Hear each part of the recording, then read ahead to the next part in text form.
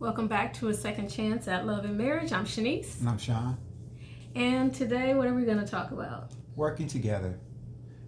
It's a topic that I think is really good for a marriage. Me and Shanice, I think all marriages, but we just talking about ours, have learned the importance of trying to work together, not only in our marriage, but in our purpose. You know, the things to do, the things that we want to do, and the things that we both feel is important. But, you know, just working together. And I think one of the major things of working together is just understanding what each other bring to the table. Knowing yourself first and foremost and what you bring to the table personality-wise, experience-wise, you know, things of that nature. And also, as you get to learn yourself and know what you bring to the table, being aware of what your partner brings to the table as well. So not only do you complement each other, you can have realistic expectations of what each other can and can't do, or what each other capable of. And I even look at some of the negative things, like you can know that you bring into the table, so you won't blame your partner.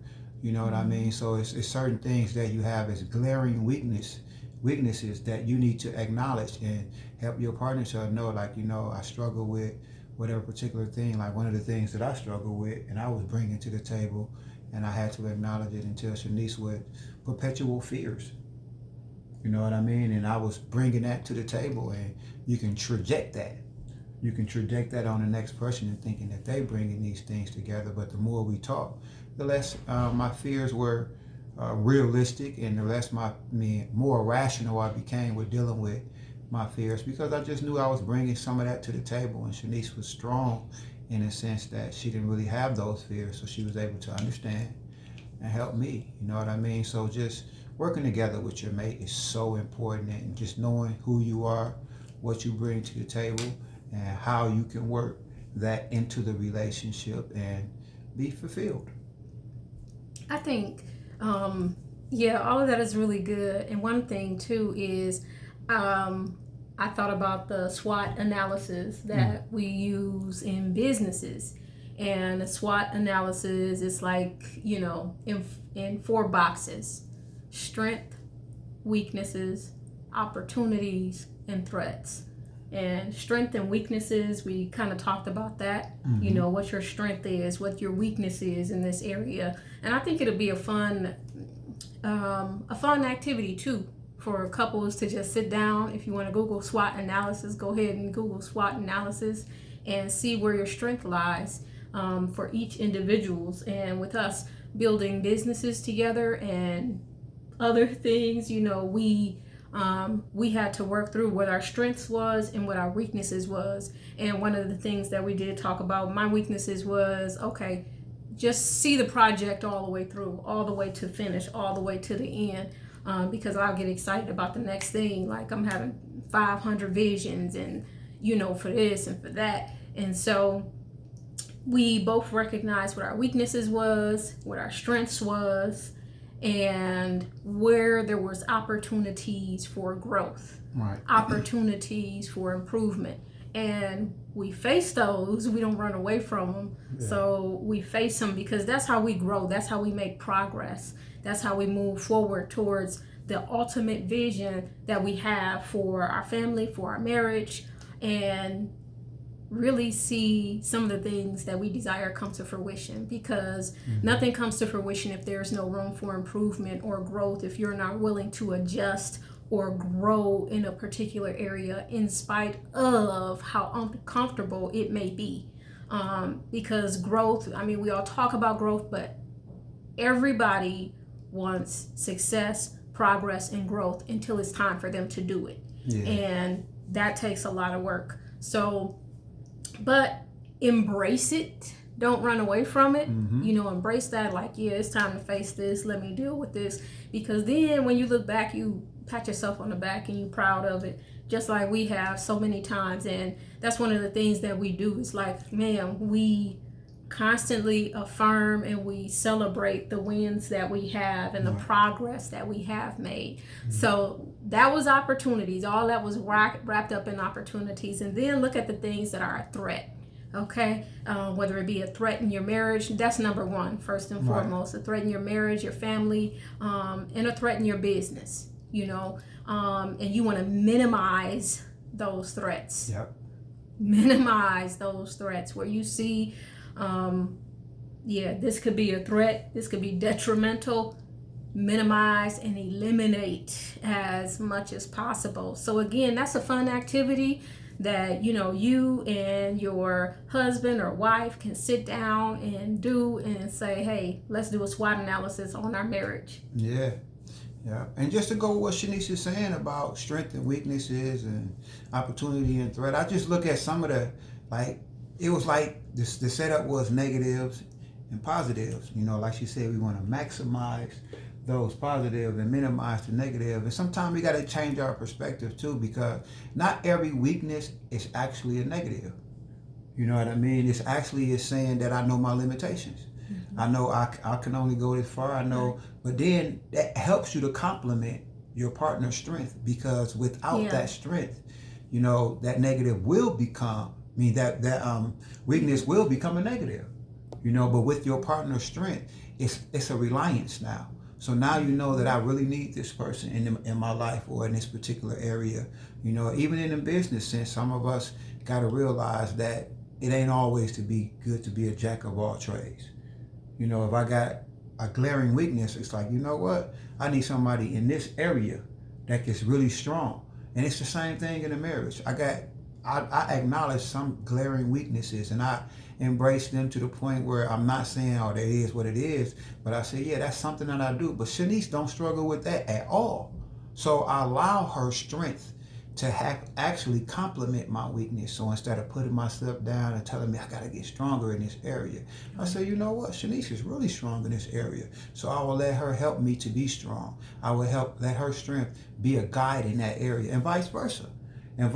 So sometimes we just got to wipe away a negative connotation to certain things and then say, you know what? That may look like a negative weakness, but it's really actually a weakness that can be help me understand my wife's strengths that much better. You know what I mean? I really do appreciate that with Shanice. And then strength and weaknesses is also good because it can help you to complement your partner constantly in areas, just knowing that she's strong. We all need affirmation. Yeah. We all need to let it be known when we see and appreciate what the other person gives, and Shanice does that a lot with me. She tells me man, I'm glad you're in this area. I'm glad you're able to help me to calm down. I'm glad you're able to help me to see things clearer. You know what I mean? So that builds on my strength. So it makes me feel as if, okay, yeah, this is something that I need to continue to do for her, for us. And I just love that. And opportunities always present themselves. So even in every relationship, as the opportunity presents themselves for you to build and expand, you take advantage of that. You take full advantage of that. And Shanice has an ability to see these opportunities. When she comes to the table, she brings vision. Shanice brings vision. And my partnership to work with that is to make sure that vision is practical. Make sure, okay, we got a plan for that. So I try to structure it. Okay, according to if you want to do this, this is how we can go about structuring it. So without her vision, what would I have the structure? Mm-hmm. You know what I mean? So we just work it as that, and I'm learning so much about her. And the more I see so many things, I see a lot. I see so many strengths, and I see less and less weaknesses. And that's the good thing about working together with your partner and understanding what they bring to the table, what you bring to the table, and then y'all just making it work and enjoying the process. Sometimes we so much looking at the end goal, we don't enjoy the process. Yeah. You know what I mean? That's one thing about me and Shanice. She got an end goal a lot of times, and I'm a process guy, and we both look at it like that. So she was like, this is where we're going to go. I'm like, all right, let's see the process. So we just work it together. We work it together and understand it. So when we do struggle with seeing eye to eye, we be like, well, I'm glad we got two eyes instead of one. I'm glad she got a periphery on this area and I got a periphery on that area. So our view is expansive instead of narrow-minded. Yeah, or instead of looking from one lens. Mm-hmm. So you get another perspective. Mm-hmm. I thought what you were saying was really good too, in regards to, I forgot my thought now.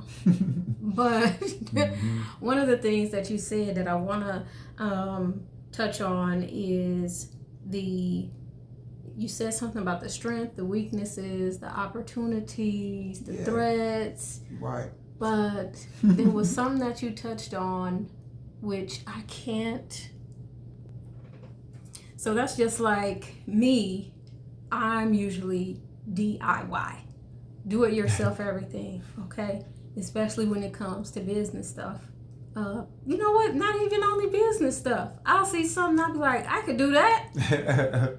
We could do that. What? This is a table that they built for $250? I could do that for $100. You know what I mean? So I am the do-it-yourself person. So being a jack of all trades is something that I'm trying to retire from and pay people to do, like having a trademark attorney now. That's one of the things that I committed to paying somebody to do. One, because I got too many other things. And that's the thing. When you have a lot of things to manage, it's good if that's not your thing to do. And if you can afford to pay somebody, by all means, pay somebody and have them do it. And Sean has kind of encouraged me to do that. No matter how large or small the bill may be. He's like, why do you need to do that? These people know how to do it. And I'm like, but I can do this. But do I have the time? Not really. I do not have all the time to do this other thing and to do the other things that I have on the table, including work. So being a jack of all trades, that would be me, but I'm in retirement from being a jack of all trades. So even if you do have a weakness, you realize that, okay, it's not so much a weakness. You can turn that weakness into, oh, there's an opportunity for me to grow. So you move that weakness over into the opportunity box and you say, you know what, this is an opportunity for us to expand, us to grow, because now we're hiring different people with different levels of expertise to help us in this particular area. And that's what we did when it came down to marriage counseling. We seen that there were some weaknesses, and we turn those weaknesses into opportunities. There's room for us to grow. There is room for us to expand.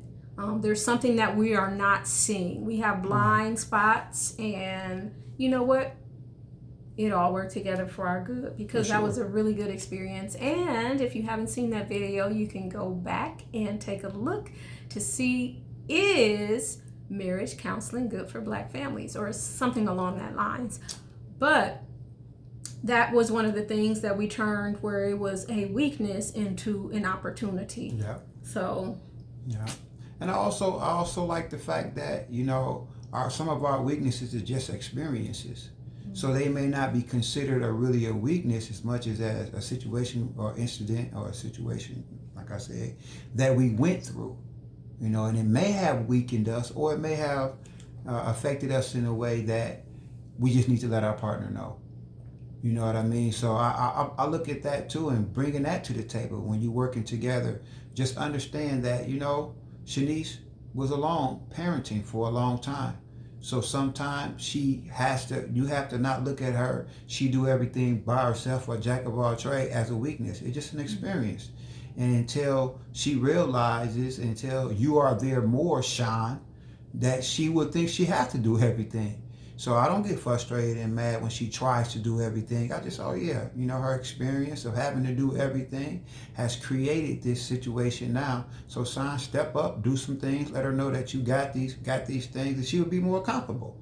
You know, so a lot of times, like I say, perspective of everything. I don't look at some of the things that people may count as a negative weakness as a negative weakness. It's just an experience that has made something happen. And now it's just an opportunity, like she says, for me to show her that, hey, I'm here. Instead of getting mad and getting frustrated and saying, well, you don't let me do nothing. You know, just understand why.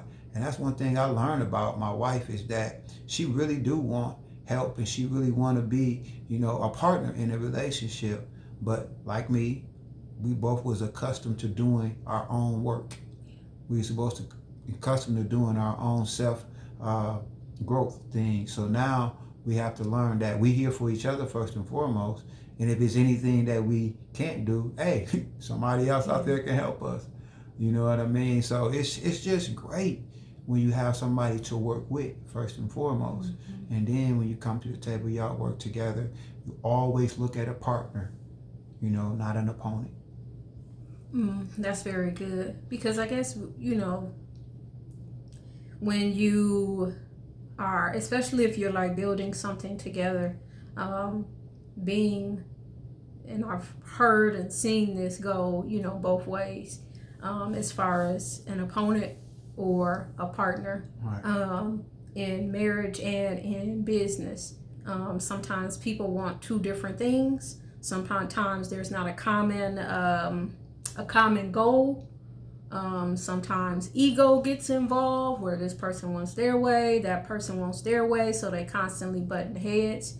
I know one of the things that what was very important to me, just with anything overall, it was one thing that's really important that I would encourage anybody to do, I should say, is constantly cast vision.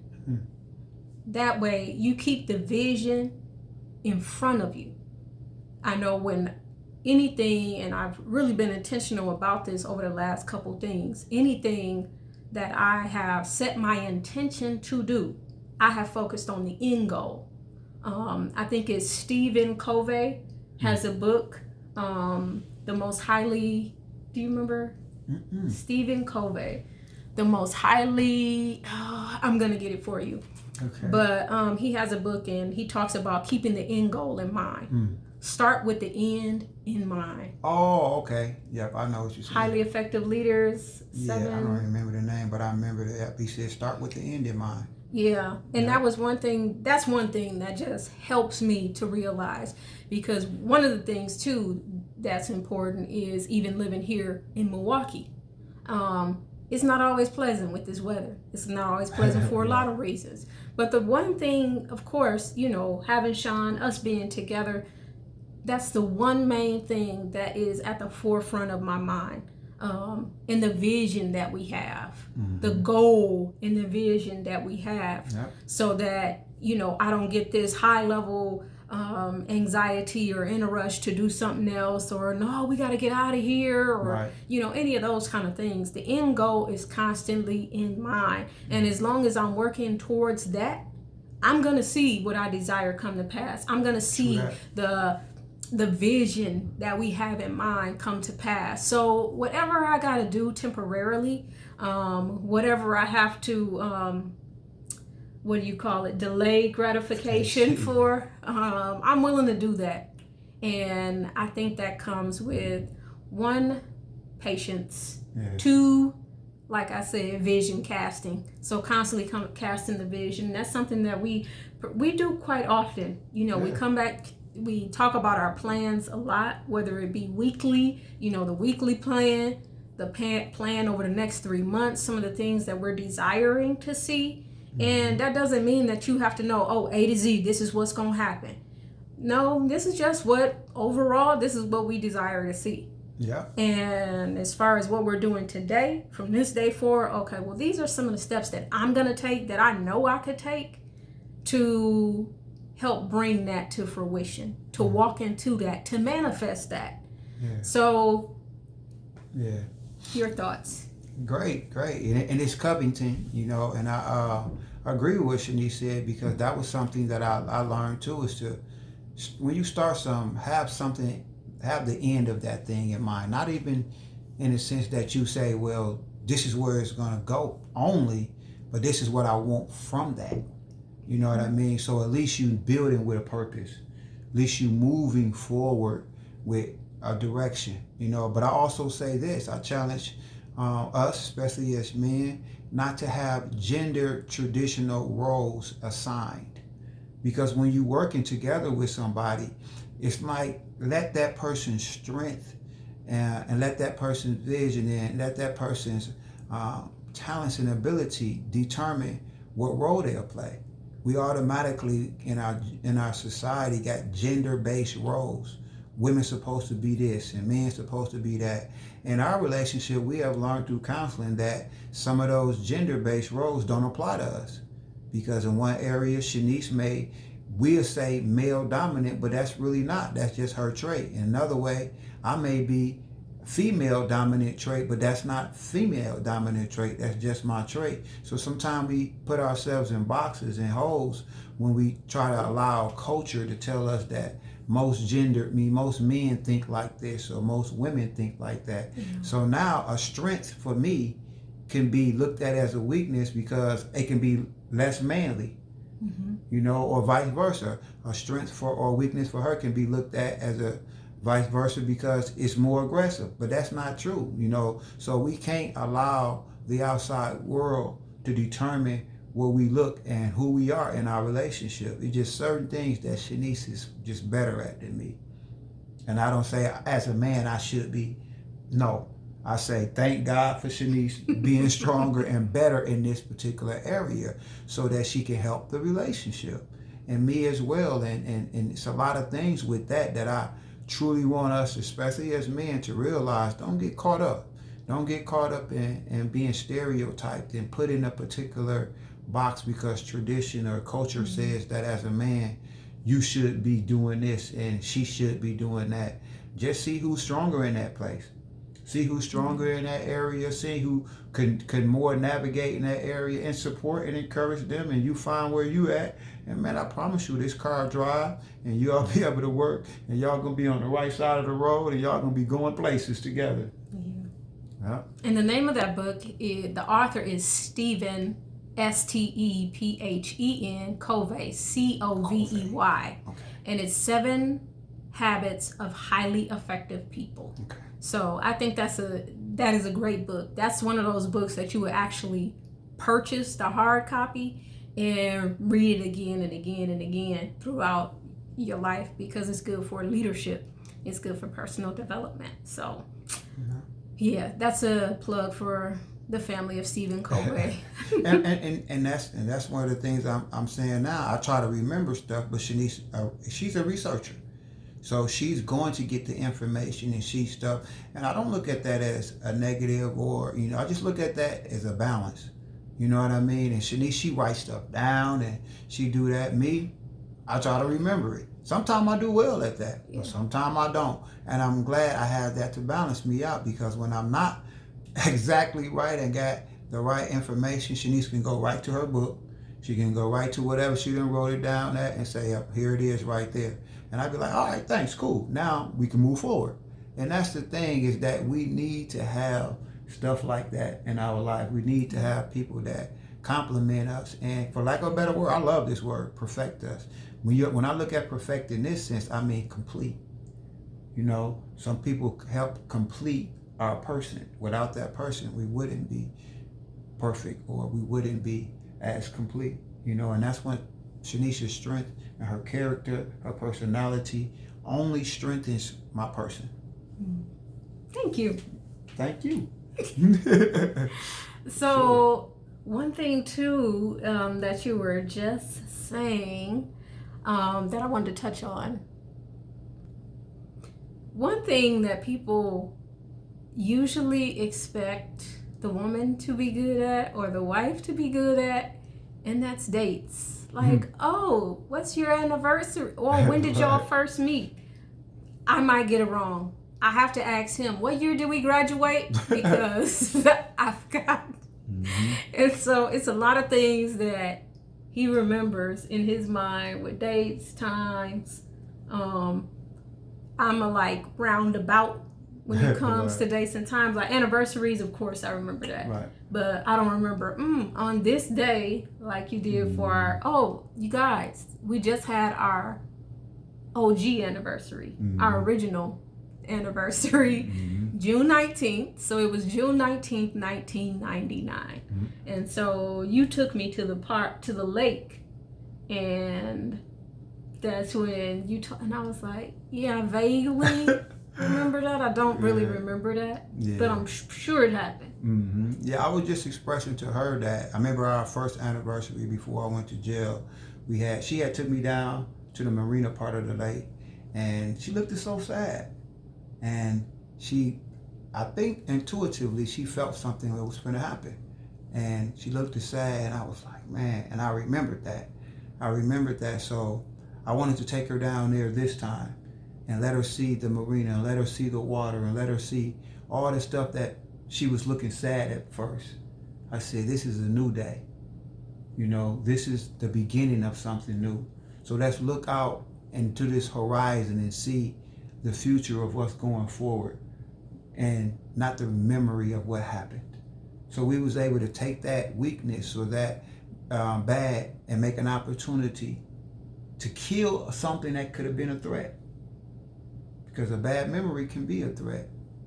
Some of us have anniversaries of things that have happened bad, and we don't challenge them and make something new out of it. Yeah. You know what I mean? So I took that and made an opportunity to say, every time we come down here, we don't got to avoid this end. We don't got to do that and remember the bad. We're going to say, nope, we set a new precedence. We set a new vision.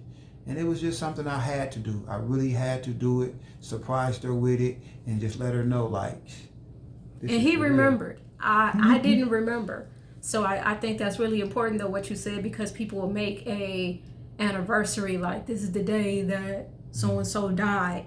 Yeah. This is the day that I was, whatever that thing is that was negative or that was a bad memory, you can also, reconceptualize that thought. Yeah. And like you said, some things are not weaknesses, they are experiences. Yeah. And you can turn that past experience, that negative thought of that past experience into, you can reconceptualize that, especially if it has to do with a place. Yeah.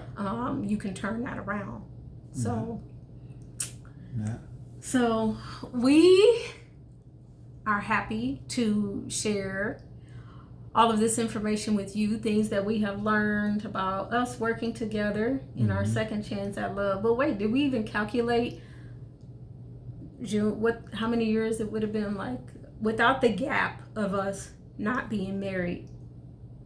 What would be the years of us being married plus the 1 year that we got coming up? The first marriage, it would have been 23 years altogether. Okay. That would have been 23 years. I remember it, not only because I remember things, because of Donovan. Donovan would be 23 years old this year. Yeah. And he was just about to be one, But then that minus... month. But if you minus the 12, we were together 12 years before we got married. Before we got separated, divorced. Right. And now we got another year coming up, so that'll be 13 if you add them up. 13 years. 13 years. But I look at even the 9 years of us not being married, or the 10 years, however you want to look at it. I look at that as we were together in different spaces. That was it. We were just, not only was I in a geographical place and she was in a geographical place, but we were just in two different spaces in our life. And I knew, universally knew that we would come together again. But we just need those spaces. We needed those spaces to grow, to experience things, so that when we did come to the table, we not only bring in our personality, we bring in wisdom and experience. So now we can work together and create something that is so much beyond us, and it affect those around us and have a lasting effect in the world. That's very good. I didn't think about that. We were together in different spaces. Interesting. Wise man. Because I got a wise woman. Compliment. Well, we are going to conclude this episode of Second Chance at Love and Marriage. And if you haven't been following us on Instagram for some of the fun things that we do, you can always follow us over there at Second Chance at Love and Marriage. And don't forget to pick up your beautiful affirmations. And also, we have some other things too that we'll have to share with you next time. But we also have a t-shirt brand, and it's called the Live brand. So we'll be sharing that with you on the next episode. Or you can go follow us on IG, because it's going to drop over there before it drops anywhere else. So Thanks again for joining us, and see you next time. Bye.